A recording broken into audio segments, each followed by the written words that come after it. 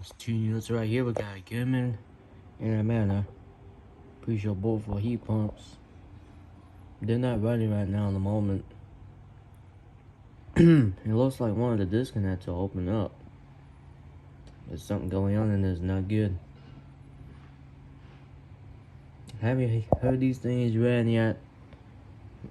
I'm guessing just because, we're not ready for the heating season now, so I'm guessing that's why they're not running at the moment. So I don't know if these are gonna run at all. But that's just what it is. Anyway, here are those units. It looks like the Amana replaced another old Goodman before, so that's why it's there. Anyway, I think that's about it.